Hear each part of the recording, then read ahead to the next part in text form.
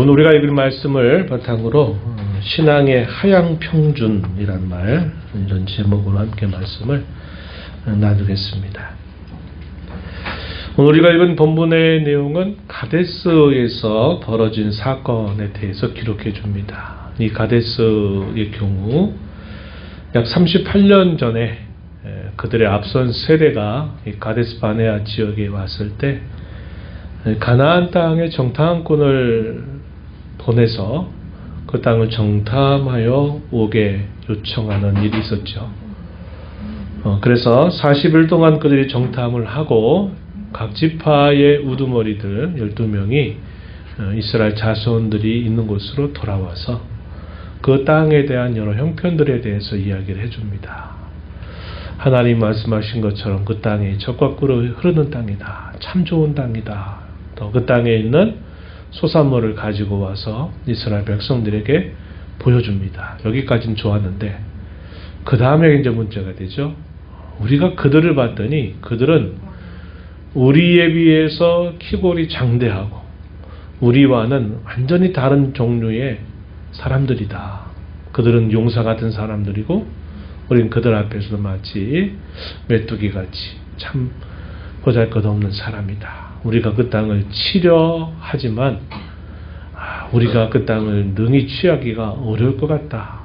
이런 부정적인 보고를 이제 드리게 되니까 여호수아 갈렙 두 사람의 신앙적 보고를 완전히 압도해 버리게 됩니다. 그래서 이스라엘 자손들이 밤새도록 울고 탄식하고 원망하는 그런 일이 있게 되죠. 하나님이 그에 대하여 진노하십니다. 그래서 40일을 40여 년으로 환산해서 그들로 하여금 광야길을 걷게 하시게 되죠. 그래서 우리가 정확하게 말하면 38년 정도가 되는데 우리가 보통 40년 광야생활 이렇게 말하고 있는 겁니다. 그래서 약 40일 가까운 시간들을 돌고 돈 겁니다. 정처 없이 돌다가 이제 그들이 어디로 왔느냐, 이제 그들이 불순종해서 징계를 받기 시작했던 그 가데스에 다시 이르게 된 겁니다.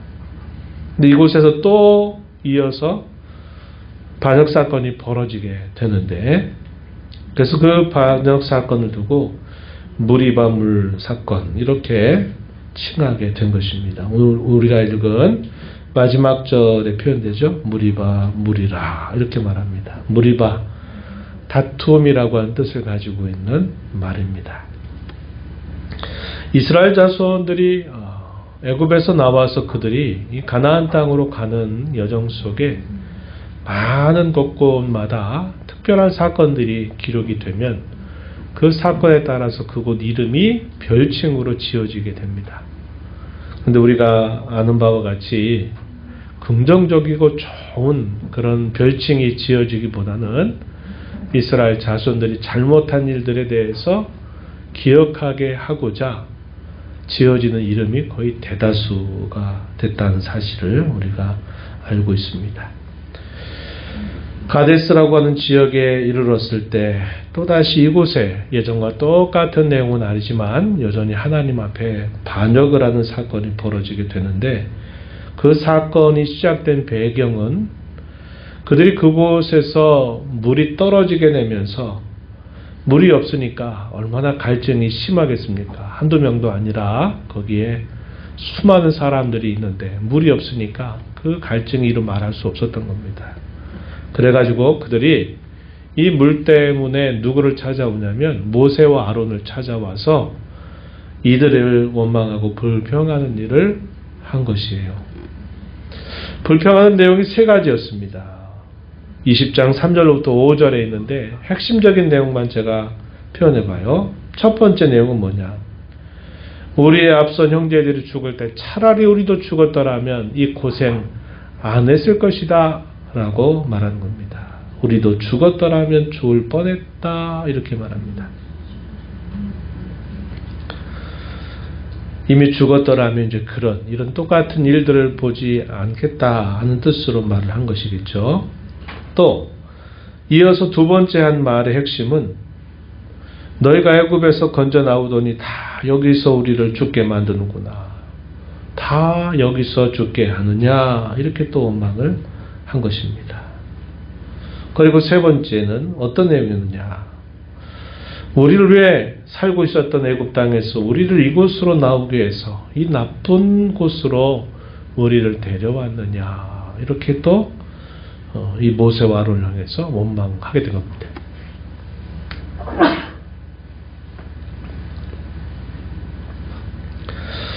이러한 원망들이 나오게 된 여러 경우가 있겠지만은, 그러나 이제 이런 우리가 생각을 해보게 되면 그들이 겪고 있는 그 당시 현실의 그 고통은 상당히 컸습니다. 그들의 마음을 제어하기 힘들 정도로 많은 실제적인 어려움이 그들에게 닥쳤다는 사실이죠.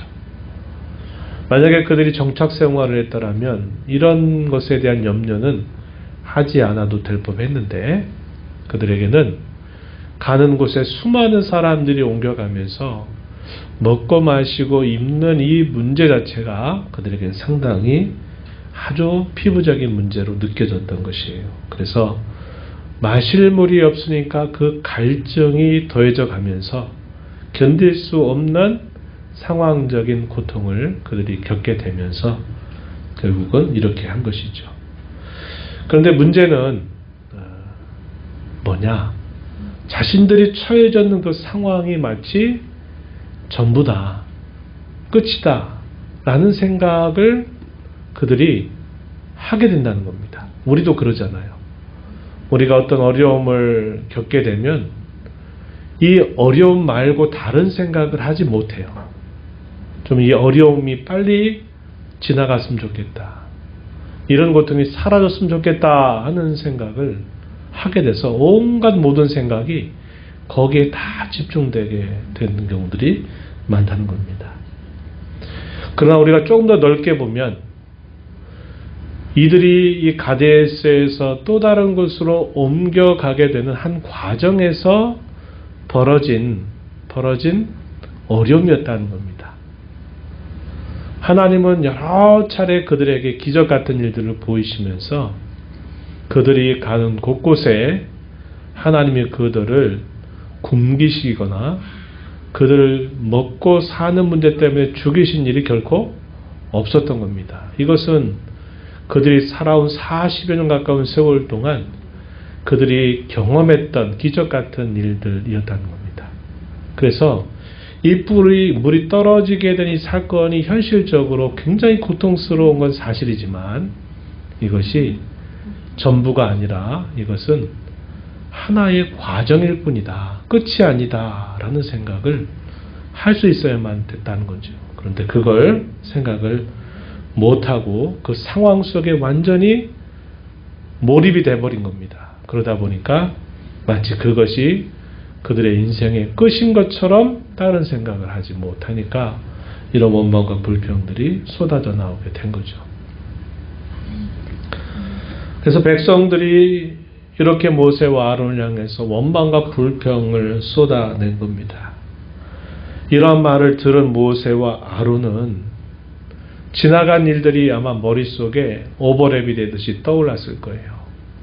그들의 앞선 세대들이 40여 년 가까운 세월을 지나오면서 물 때문에 원망하고 불평했던 거, 또 고기 때문에, 먹을 것 때문에, 또 여러 가지 많은 일들을 겪으면서 하나님을 향해서 범죄하고 반역했던 일들이 머릿속에 다 떠올랐을 것입니다. 그런데 그들이 이렇게 자신들을 향해서 원망하고 불평할 때 잘 참아냈어요. 이들이 한 행동이 뭐였냐면, 그런 원망을 사게 됐을 때 똑같이 화를 낸 게 아니라 이들이 어떻게 하느냐, 하나님 앞에 나와서 하나님께 엎드렸다 이렇게 표현했습니다. 뭐 한 겁니까? 하나님 앞에 기도했다는 거죠. 그렇게 기도하는 그들에게 하나님께서 나타나셔서 하나님께서 그들에게 말씀을 주십니다. 하나님 어떤 말씀을 주시냐면, 지팡이를 가지고 가서 반석, 돌을 향해서 명령해서 물을 내어라. 그래서 그들로 마시게 해라. 이렇게 하나님이 말씀해 주세요. 그 지팡이는 어떤 지팡이일까요? 아론의 쌍난 지팡이입니다. 하나님의 권위에 도전했을 때 하나님께서 그 권위를 공공하게 인정해 주시기 위해서 그 이미도 죽어 말라 있는 그 지팡이에 싹이 나게 하시는 기적을 통해서 하나님이 그 권위를 보장하신다는 것을 보여준 지팡이입니다. 하나님께서 별다른 말씀을 하지 않으셨어요. 이 백성들이 또 너희에게 그렇게 하느냐 이렇게 묻거나 하지 않으시고 그 불평하는 백성들의 불평을 다 받아주시면서 그 지팡이 가지고 가서 반석에게 돌에게 명령해서 물을 내어 마시게 해라 이렇게 응답을 해주셨어요. 이제 엎드렸던 그들이 하나님의 말씀을 듣고서 그 백성들 앞으로 나갑니다. 백성들이 기다렸을 테죠. 그들에게 어떻게 했습니까? 순종을 하긴 했지만 결과적으로는 이 불순종 같은 그런 순종을 보였다는 거죠.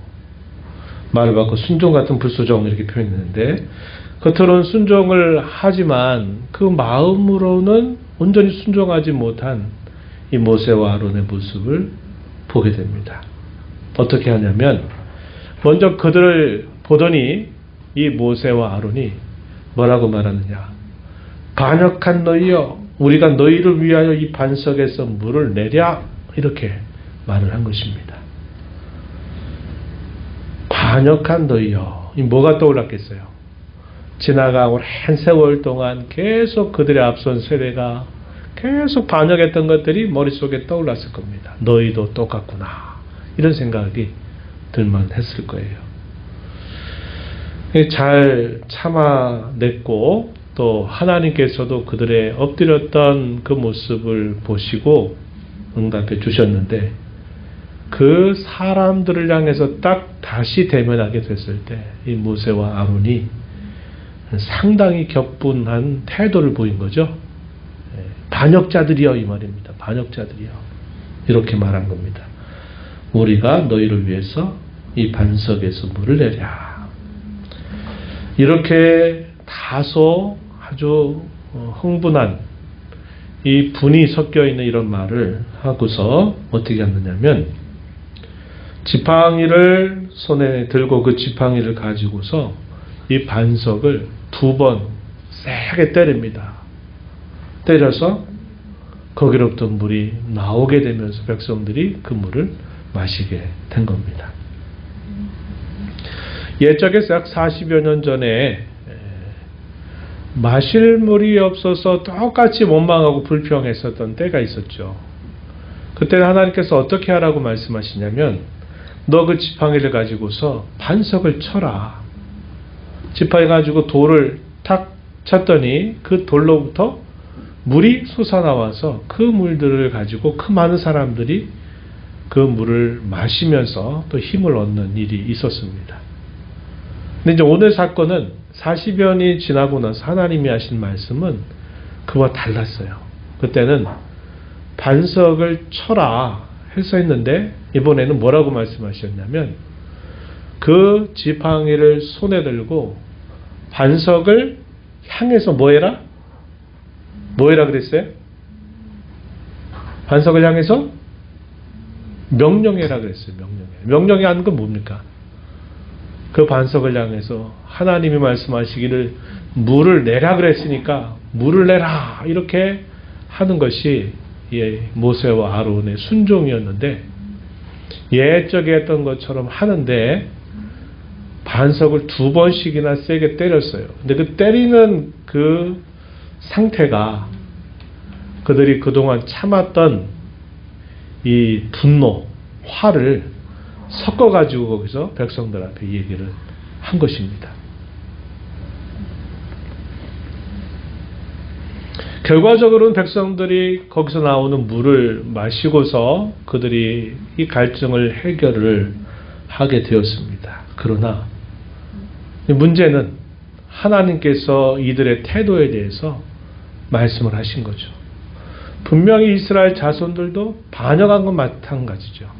또 이런 것들 때문에 또 하나님을 향해서 원망하고 불평하는 일을 했기 때문에 백성들이 반역한 건 맞는데, 이번에는 이 모세와 아론마저도 그들을 닮아가듯 듯한 이런 태도를 보인 것이죠. 그래서 하나님 뭐라고 말씀하시냐면, 이들을 향해서 하신 말씀이 우리가 읽었던 말씀에 보면 12절입니다. 12절에 보면 이렇게 말씀하세요. 모세와 아론에게 이르시되 너희가 나를 믿지 아니하고 이스라엘 자손의 목전에서 내 거룩함을 나타내지 아니한 고로 너희 네 회중을 내가 그들에게 준 땅으로 인도하여 드리지 못하리라. 이렇게 말씀하세요. 그래서 아론도 훗날에 이 하나님의 이 말씀 때문에 그들이 약속의 땅에 들어가지 못합니다. 모세도 그 약속의 땅을 멀리서 바라보았을 뿐 그 땅에 발을 밟지 못하게 됩니다. 이 사건이 아주 중요한 하나의 분기점이 된 일이었다는 것을 말해주고 있어요. 그래서 하나님 말씀하시기를 나의 거룩함을 내가 백성들한테 나타내지 않았다, 이렇게 말합니다. 하나님께서 분명히 이 백성들의 반역을 하나님이 보신 거죠. 그런데 하나님이 다른 때와 어쩌면 다르게 하나님이 어떻게 하셨냐면, 그러면 지팡이를 들고서 반석을 향해서 명령을 내라. 물을 내라고 명령하면 물이 날 것이니 그 물을 마시게 해라. 이렇게 하나님 말씀하신 거예요. 하나님도 그들의 여러 불평과 원망이 있었지만 하나님이 그렇게 차분하게 말씀하시면 이렇게 해라 그랬는데, 이 참았던 화가 이제 솟아난 거죠. 모세와 아론이 이 화를 낸 겁니다. 반역했다고 막 소리치고 또 이 지팡이를 가지고 반석을 그냥 2번이나 내리치면서 지금 백성들에게 난 화를 어디다가 풀고 있는 격이냐면 마치 그 반석에를 때려가지고 반석에서 반석을 향해서 하는 것처럼 이렇게 한 겁니다. 하나님이 그들의 마음과 그들의 태도를 보신 겁니다. 너는 왜 내 백성 앞에서 내가 그렇게 분을 내고 내가 그렇게 해서 나의 이 거룩함을 내가 이렇게 나타내지 않고 그렇게 했느냐, 이렇게 하나님이 오히려 모세와 아론을 향해서 책망하는 그런 내용들이 소개가 된다는 겁니다. 이것은 여호와 하나님을 향한 열심, 성경에 보면 가끔 이런 경우들이 있죠. 레위인들에 대해서 우리가 지난번에 생각했는데, 이 레위인들이 처음에 뿌리로 지나가면 살인자들입니다. 그죠? 살인자이지만 이스라엘 자손들이 시내산에 도착했을 때 시내산에서 40일 동안 모세가 시내산 꼭대기에 올라가 있는 동안에 이스라엘 백성들이 기다리다가 답답해서 그들이 산 밑에서 뭐 했냐면, 그들이 애굽 땅에서 나올 때 전리품으로 받았던 금들을 뜨거운 풀무에다가 녹여가지고 거기에서 형상 하나 만들었죠. 금 송아지 형상을 만들고 이것을 하나님이라고 하고 하나님께 제사하고 그 앞에서 축제를 벌이자 하면서 그들이 이렇게 한 겁니다. 근데 모세가 때마침 그때가 내려올 때였어요. 그걸 바라보면서 모세가 대단히 분을 발하죠. 그래서 받았던 그 십계명 돌판 2개를 그 백성들이 있는 곳에 던지게 됩니다. 하나님이 모세와 또 이 모세를 수용됐던 여호수아에게 말씀하세요. 이 백성들이 밑에서 뭐하고 있는지 이런 얘기를 하시면서 그걸 보니까 이 모세가 얼마나 마음에 괴로움이 있고 했겠습니까? 그렇게 한 거죠. 그러면서 그 던져진 십계명 돌판을 가로로 부숴가지고 그것을 그들에게 먹게 해요. 그럴 때 누가 나타나냐면 이 레위의 자손들이 칼을 차고 나타나서 그 범죄에 가담한 사람들은 다 칼로 죽이는 사건이 있게 됩니다. 그런데 하나님이 그걸 보고 뭐라고 얘기하시냐면 잘한 것으로 그를 평가해줘요. 하나님을 향한 거룩한 질투를 가지고서 그들이 그렇게 했다는 거죠. 그러니까 이와 같이 이런 경우들이 있긴 해요. 그러나 이 모세와 아론은 이런 상황 속에서 여호와 하나님을 향한 의분을 나타낸 것이 아니라 거기에 자신들의 그 분노를 섞어서 결국 성내고 있는 모습이 나타났다는 겁니다. 백성들이 하나님을 향해서 결국 원망하고 불평했던, 물이 없다고 원망하고 불평했던 것과 모세와 아론이 결국 그 백성들 앞에 반역자들이라고 말하면서 분을 내면서 이렇게 했던 그들의 성냄과는 하나님 앞에서는 크게 다르지 않는 모습을 나타냈다고 하는 겁니다. 그래서 하나님은 그들에게 책망하셨어요. 나의 거룩함을 백성 앞에 드러내지 아니했다. 이렇게 말씀을 하시게 된 겁니다. 그래서 오늘 우리가 이 말씀을 보면 모세와 아론도 당시 그 이스라엘 자손들의 신앙과 비교했을 때 오히려 이스라엘 자손들처럼 이 신앙이 그들도 함께 떨어져 버린 모습을 보여준 겁니다. 그래서 제목을 신앙의 하향평준 이런 제목을 붙인 거죠. 어떻게 되면 좋을까요? 신앙의 상향평준이 되면 좋겠죠. 하나님은 그걸 원하시는 겁니다.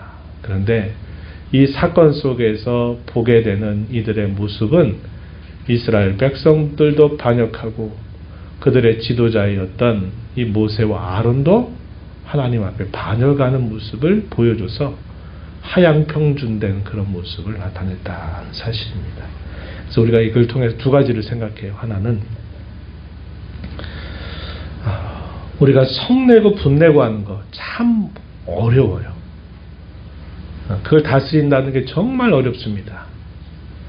용사가 큰 성을 빼앗는 것보다도 자기가 자기의 마음을 다스리는 게 더 어렵다고 잠언서도 우리에게 알려주죠. 네. 그리고 우리는 신앙이라고 하는 하나의 명분 아래서 이런 것들을 얼마든지 그 안에다 이렇게 숨기려고 할 때가 많아요. 그런데 그걸 조심해야 된다는 겁니다. 그걸 조심해야 된다는 거예요. 이 말씀을 제가 묵상하고 준비하면서 목사인 저 자신을 좀 많이 돌아보게 돼요. 나는 어떨까? 나는 모세를 향해서 뭐라고 평가합니까? 성경이 평가하기를 온유함이 지면에 승한 사람이라 그랬어요. 이 말이 무슨 말이냐면 모세가 가지고 있는 이 온유함이 땅의 어떤 사람보다도 더 그 온유함이 뛰어났다라고 칭찬을 받았던 인물입니다. 그런데 그마저도 결국 이런 사건이 되니까 꾹꾹 눌러오다가 결국은 폭발하게 되는 그런 일이 되면서 하나님의 영광을 가리우는 일이 있었던 것을 본다면 목사인 저는 이 얼마나 이런 일들이 많을까 하는 생각을 하면서 이게 정말 조심해야 되겠구나 하는 생각을 하게 됩니다.